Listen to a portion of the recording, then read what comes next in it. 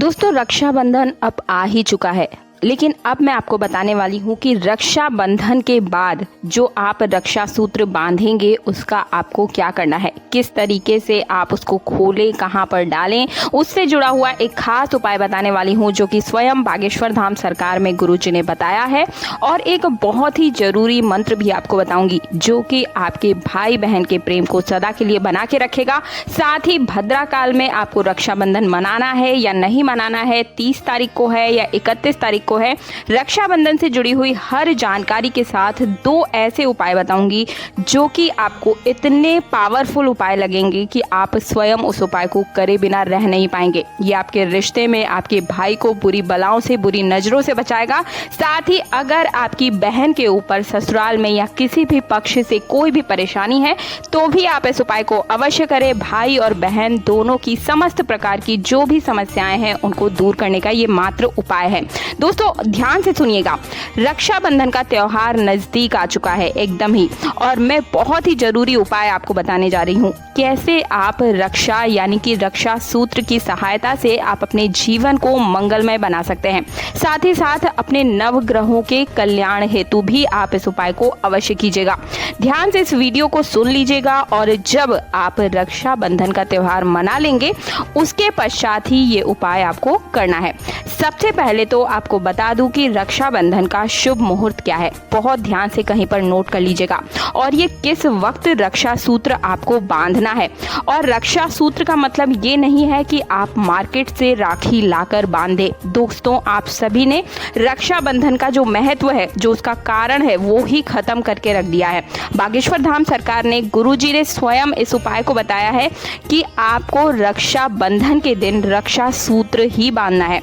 तो सबसे पहले तो आप नोट कर लीजिए कि डेट क्या रहेगी। तो 30 अगस्त यानी कि बुधवार के दिन आपको रक्षाबंधन का पर्व मनाना है। और आप इस डेट को लेकर बिल्कुल भी कंफ्यूज मत होइए, क्योंकि बहुत से लोग कमेंट बॉक्स में डेट को लेकर सवाल पूछते हैं कि रक्षाबंधन हमें किस दिन मनाना है। तो मैं यहाँ पर आप सभी को साफ साफ शब्दों में बता रही हूँ कि रक्षाबंधन 30 अगस्त को ही है, लेकिन भद्रा काल के कारण केवल एक ही मुहूर्त में राखी बांधी जाएगी। ठीक है, आगे आपको बता देती हूँ कि रक्षाबंधन का त्योहार पूर्णिमा तिथि 30 अगस्त को सुबह 10:49 से अगले दिन 31 अगस्त 2023 को सुबह 7:06 तक रहेगा। लेकिन ध्यान रहे कि इसी दिन भद्रा योग भी है, जिसमें राखी बांधना शुभ नहीं माना जाता है। और ये भद्रा योग सुबह 10:49 से लेकर के रात को 9:02 तक रहेगा।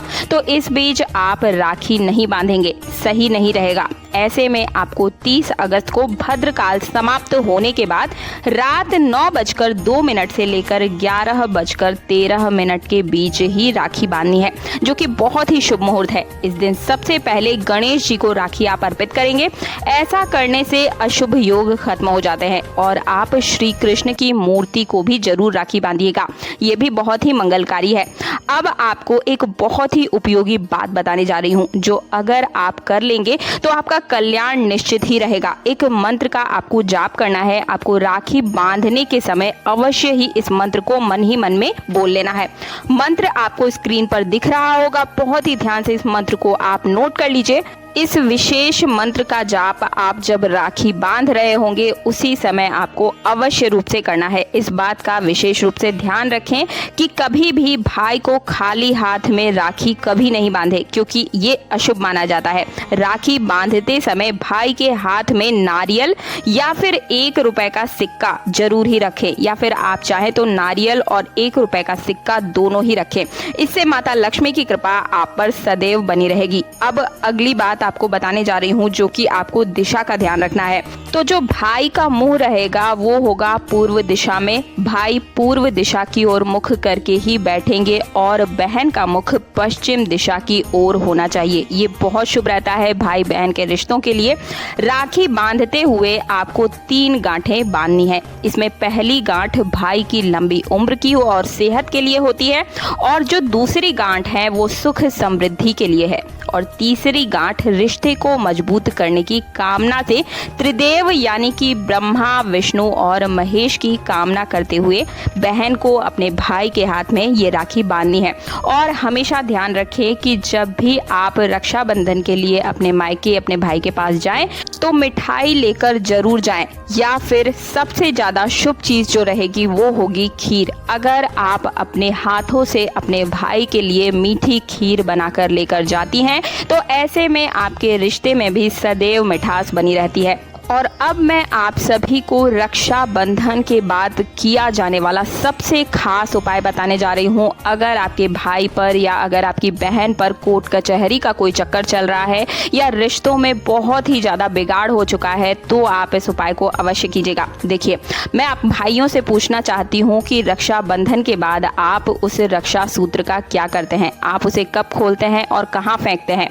दोस्तों, आपको इसे फेंकना नहीं है, इससे जुड़ा हुआ सबसे ज्यादा अचूक उपाय आपको बताने जा रही हूँ।